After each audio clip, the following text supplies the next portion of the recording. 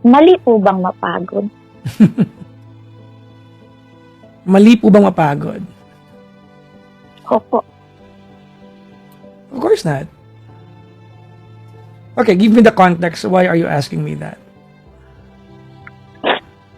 Kasi, nasanay po ko na ako lang po, pero like lately lang, parang ang hirap like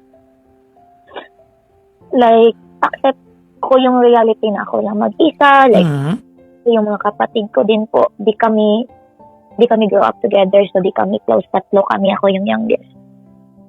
Yung alam niyo po yun, yung pagod ka na tapos wala kang mapagsabihan, wala kang karapatan tumigil, wala kang karapatang magsabi na pagod ka na kasi wala kang ibang option, wala kang ibang choice, ganun. Pero napakahirap po, saka pagod na po talaga. I have a hunch. You wanna hear?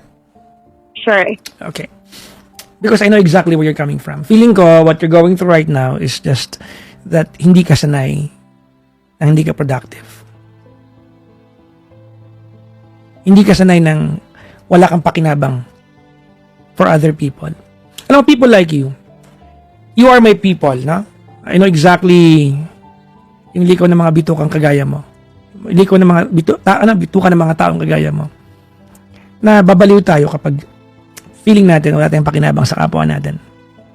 Because in most cases, yung mga effort natin na ginagawa natin, siguro kung less than half of that ay para sa atin, no? We always look forward to offering our services to other people. To family, to friends, to people around us. Kaya pag wala tayong income, we don't really worry about, di ba, about ourselves. It's not for us that we worry about. We worry about the people who are yung mga taong umaasa sa atin. I'll tell you something. I'll answer your first question. Normal po ba ito nararamdaman ko? Of course, normal yan. Kasi napapagod tayo eh. Sometimes, it is life's way of making us reset a lot of buttons sa buhay natin. Kasi pag hindi tayo bibigyan ng buhay ng yung pakiramdam na pagod tayo, hindi naman tayo magre-reset eh. Hindi tayo magre-regroup.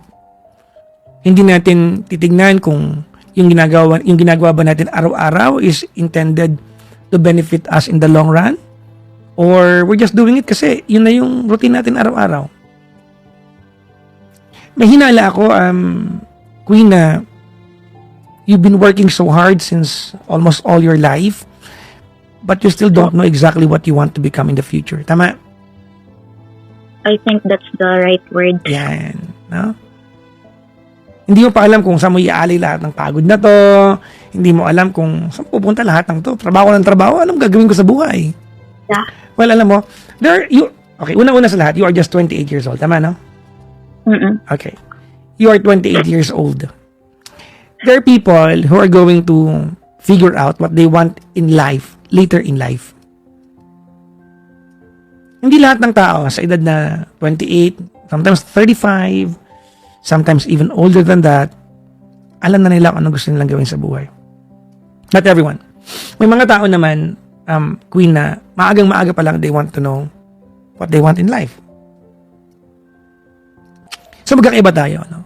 And I guess your time to recognize or identify exactly what, what you want to become in life, you are yet to discover that, no? Maybe some of the people you're going to meet soon will make you realize that.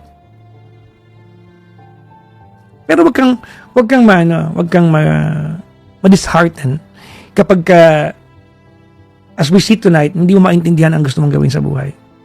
Because sa ganyang edad, you are not really expected to know everything you want in life. It's normal.